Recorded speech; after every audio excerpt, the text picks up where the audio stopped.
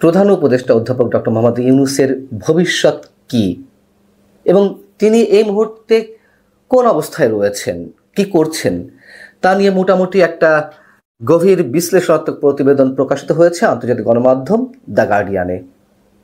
দর্শক, এই প্রতিবেদনটি অনেক দীর্ঘ, শুধু জিস্টটুকু আপনাদের সামনে তুলে ধরি এবং আমরা বোধহয় সবাই মেলানোর চেষ্টা করব ডক্টর মোহাম্মদ ইউনূস কোন অবস্থায় আছেন, কোন দিকে যাচ্ছেন, কি তার ভবিষ্যৎ। দ্য গার্ডিয়ানে প্রথমেই উল্লেখ করা হয়েছে যে ডক্টর মোহাম্মদ ইউনূস নিজে ব্যাপকভাবে সম্মানিত হলেও তার শাসন ক্ষমতা এবং যে সংস্কারের মূলা ঝুলিয়ে রাখা হয়েছে জাতির সামনে, তার গতি নিয়ে প্রশ্ন উঠেছে। দ্য গার্ডিয়ান নিজে এই মন্তব্য করছে।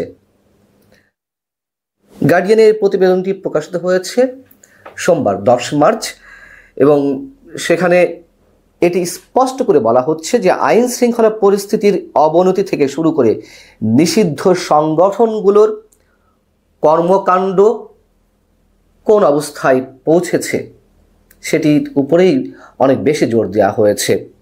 এখানে অর্থনীতি, সামাজিক পরিস্থিতি, আইন শৃঙ্খলা জনিত পরিস্থিতি, ভারত এবং যুক্তরাষ্ট্রের সঙ্গে সম্পর্ক, অনেক বিষয় উঠে এসেছে। মূল যে বিষয়টি সব শেষে যেটি আনা হয়েছে আমি সেটি প্রথমে উল্লেখ করছি যে ভারত সরকারই ইউনূসের জন্য একমাত্র সমস্যা নয়, ডোনাল্ড ট্রাম্পের হোয়াইট হাউসে ফেরাও তার জন্য একটা খারাপ খবর নিঃসন্দেহে। বাইডেন প্রশাসন ইউনূসের সবচেয়ে বড় সমর্থক ছিল, সেটি অর্থনৈতিক দিক থেকে এবং রাজনৈতিক দিক থেকে, দুই দিক থেকে। তবে একটা প্রশ্ন এখানে তোলা হয়েছে যে ডোনাল্ড ট্রাম্প আসলে বাংলাদেশের গণতন্ত্র পুনরুদ্ধারের জন্য কতটুকু তিনি সামনে এগোবেন সেই সম্ভাবনা নিয়েও প্রশ্ন তোলা হয়েছে। তবে এটি প্রশ্ন হলেও অনেক দিক থেকে তো আমরা ইঙ্গিত পাচ্ছি যে ভারত কিভাবে ডোনাল্ড ট্রাম্পকে বাংলাদেশের বিষয়ে ইনভলভ করার চেষ্টা করছে এবং তিনি কতটা এগোতে পারেন তার নানান ধরনের খবর আমরা জানতে পারছি।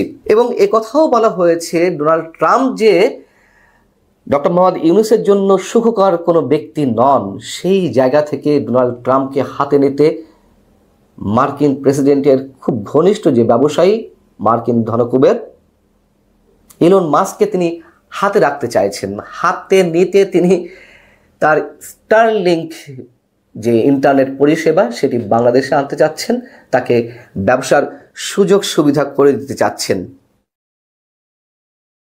আর এর মধ্যে ডক্টর মোহাম্মদ ইউনূসের ঘুরে ফিরে সব কিছুর জন্য একমাত্র দায় চাপানোর চেষ্টা শেখ হাসিনার উপরে। তিনি বলছেন যে শেখ হাসিনা দেশকে সম্পূর্ণ একটা ধ্বংসপ্রাপ্ত দেশে পরিণত করেছিলেন, তিনি গাজার সঙ্গে পরিণত করেছেন।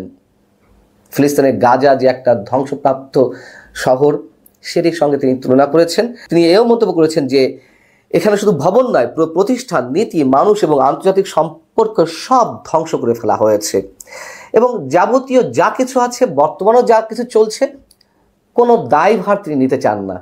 কিন্তু দ্য গার্ডিয়ান তার বিশ্লেষণ ঠিকই তার জায়গা থেকে করেছে। আইন শৃঙ্খলা পরিস্থিতির অবনতির কথা বলতে গিয়ে গার্ডিয়ানের মন্তব্য হচ্ছে ডক্টর মোহাম্মদ ইউনূস যখন প্রধান উপদেষ্টা দায়িত্ব নিলেন তখন অনেকেরই ধারণা ছিল দেশকে একটা নতুন যুগের সূচনায় তিনি নিয়ে যাবেন, কিন্তু মানুষ হতাশ হয়েছে। মানুষের মধ্যে এখন ক্ষোভ, সেই বিষয়গুলো এখানে তুলে আনা হয়েছে। তিনি যে বলছেন 2025-এর ডিসেম্বর থেকে 2026-এর মার্চের মধ্যে নির্বাচন হতে পারে, সেটি নিয়েও প্রশ্ন তোলা হয়েছে দ্য গার্ডিয়ানে। এখানে বলা হচ্ছে ঢাকা শহরের দিকে বা ঢাকা শহরে হাঁটলে মনে হয় না যে দেশ কোনো স্থির অবস্থায় পৌঁছেছে এবং স্পষ্ট এটি নানান দিক থেকে চোখে পড়ে। ভয়ঙ্কর একটা অস্থির অবস্থার মধ্যে পুরো দেশ রয়েছে। নিরাপত্তা ব্যবস্থা দ্রুত অবনতি ঘটছে, ঢাকার রাস্তায় গুন্ডা বাহিনী, অপরাধ বেড়েছে এবং সংখ্যালঘু সম্প্রদায়ের ওপরে হয়রানি বেড়েছে। ডক্টর ইউনূসের দাবি যে শেখ হাসিনার শাসনামলের তুলনায় রাস্তাগুলো কম নিরাপদ। শেখ হাসিনার শাসনামলের চেয়ে সামাজিক নিরাপত্তা বা অন্যান্য নিরাপত্তা যে ভয়ঙ্কর অবস্থায় গেছে, তিনি কোনো অবস্থাতে তা স্বীকার করতে চান না। তিনি বলেন, এর আগেও তো তিনি সম্ভবত বিবিসিতে বলেছেন যে অপরাধের মাত্রা বাড়েনি। ঠিক গার্ডিয়ানকেও তিনি একই সুরে কথা বলার চেষ্টা করেছেন গার্ডিয়ানের সাংবাদিকদের কাছে। তবে গার্ডিয়ান বলছে, ডক্টর ইউনূস যাই বলুন না কেন, অনেককে সতর্ক করছেন যে দেশের নিরাপত্তা পরিস্থিতি তার সরকারের নিয়ন্ত্রণে বাইরে চলে যাওয়ার ঝুঁকিতে রয়েছে। এবং এখানে আন্তর্জাতিক গণমাধ্যম রয়টার্সকে নাহিদ ইসলাম যে বক্তব্যটি দিয়েছিলেন, দেশের যে বর্তমান আইন শৃঙ্খলা জনিত পরিস্থিতি, তাতে করে 2025 ডিসেম্বরে নির্বাচন করা সম্ভব নয়, তার সেই বক্তব্যটাই এখানে কোট করা হয়েছে। যদিও নাহিদ ইসলাম তার সেই বক্তব্যে আপত্তি জানিয়েছেন যে তাকে মিসকোট করেছে রয়টার্স। আমি এর আগে বলেছিলাম যে পারলে নাহিদ ইসলাম চ্যালেঞ্জ করুক।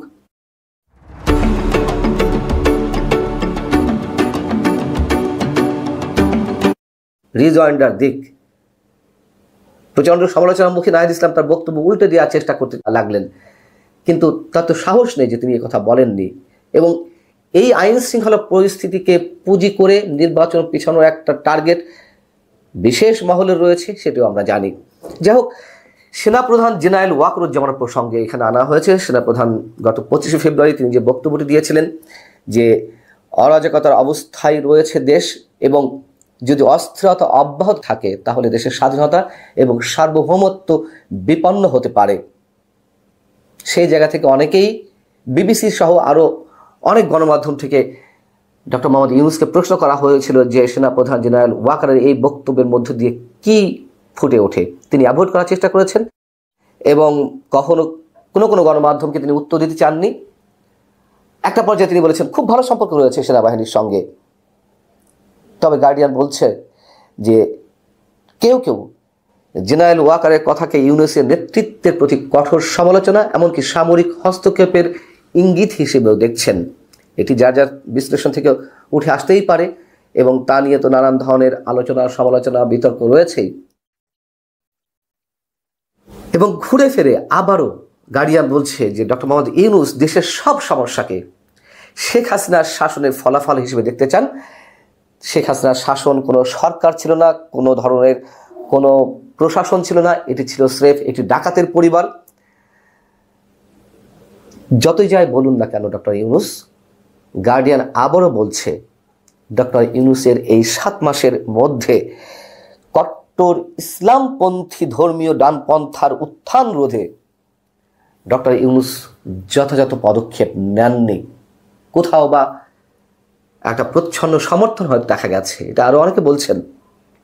এবং নিষিদ্ধ ঘোষিত ইসলামী জঙ্গি সংগঠনগুলো যে মাথাচাড়া দিয়ে উঠেছে, সেই কথাও দ্য গার্ডিয়ান মনে করে দিয়েছে।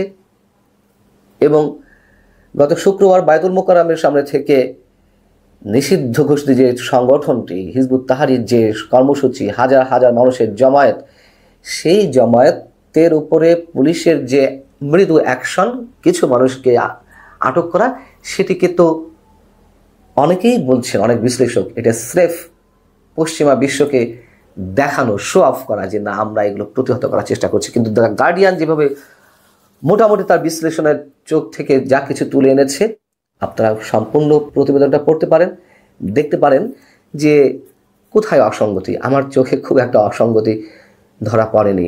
এবং অবশ্যই কথা স্বীকার করতে হয় যে শেখ হাসিনার সময় প্রশাসনিক যে অবস্থা, দুর্নীতি, সেগুলো তো সীমা ছাড়িয়ে গিয়েছিল, এই কথা আমরা কেউ অস্বীকার করি না।